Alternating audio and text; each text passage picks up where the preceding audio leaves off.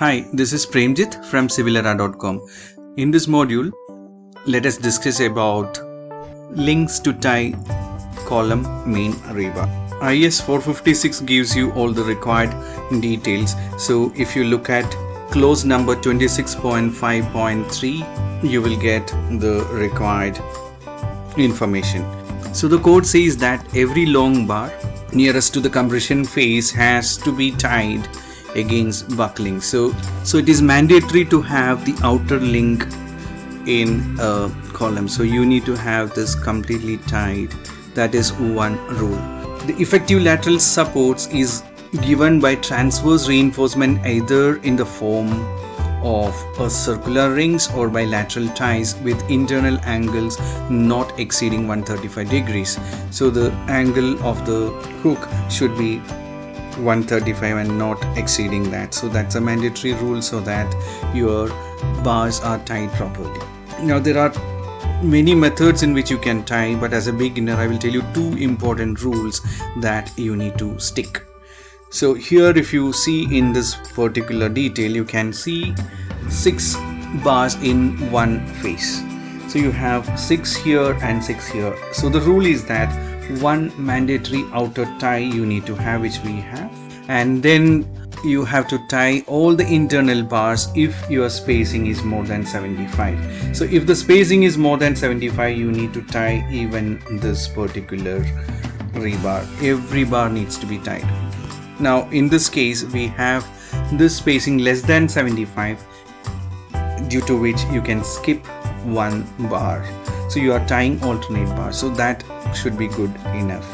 So it can be a tie like this and this, or it can be a single tie like this. So it's up to us to decide. So that's one rule. If your spacing is less than 75, alternate bars needs to be tied.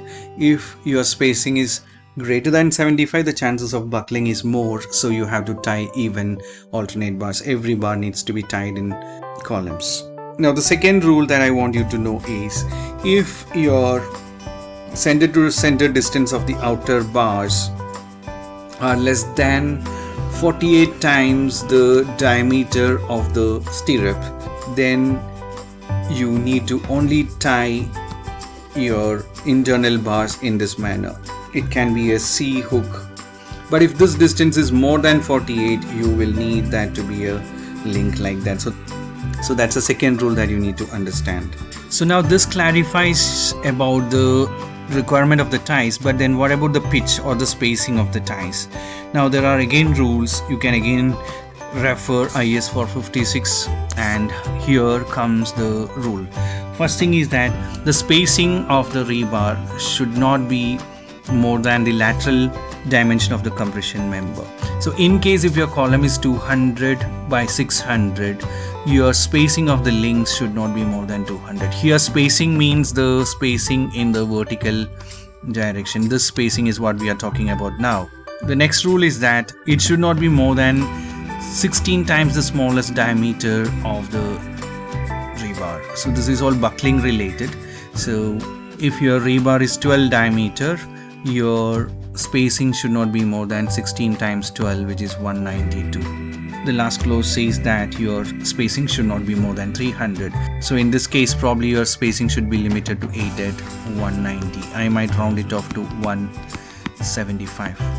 So please note that all these clauses are related to buckling, the width of the member, the diameter of the rebar, and the maximum allowable space. So 8 at 175 is what we have to provide minimum steel point of view. 8 at 190, but then we are rounding it off to 175. But we also have to ensure that shear point of view, shear force point of view, you have more than required as well, so that your column has the right shear strength. So let me draw the column. Say you have 6 number of bars in this column. So I'm drawing all the 6 bars on each face, and assume that the spacing between the rebars are less than 75. So you need to tie all your rebars in this manner.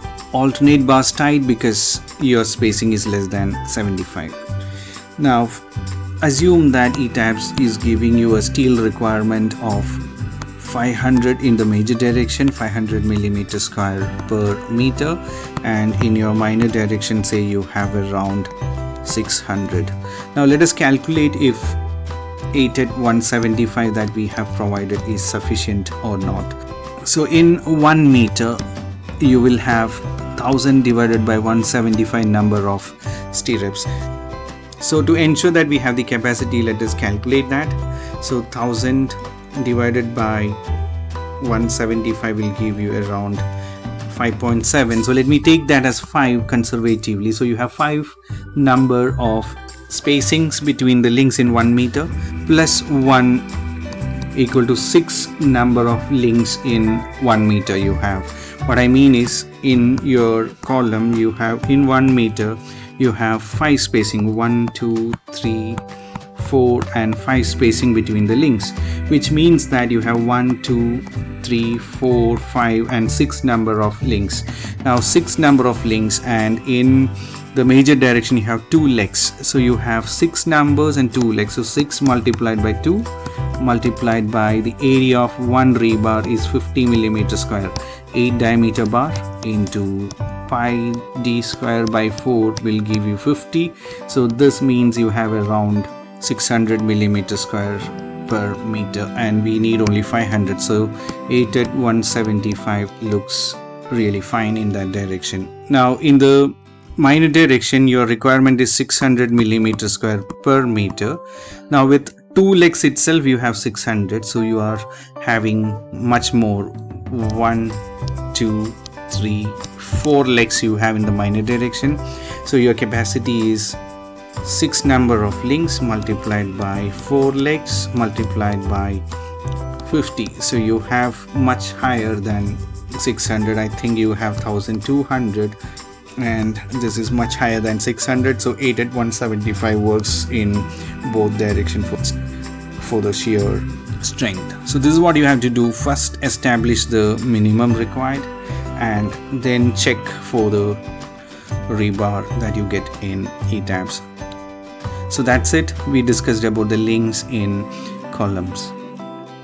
So in this module we have seen how we need to decide the links in columns.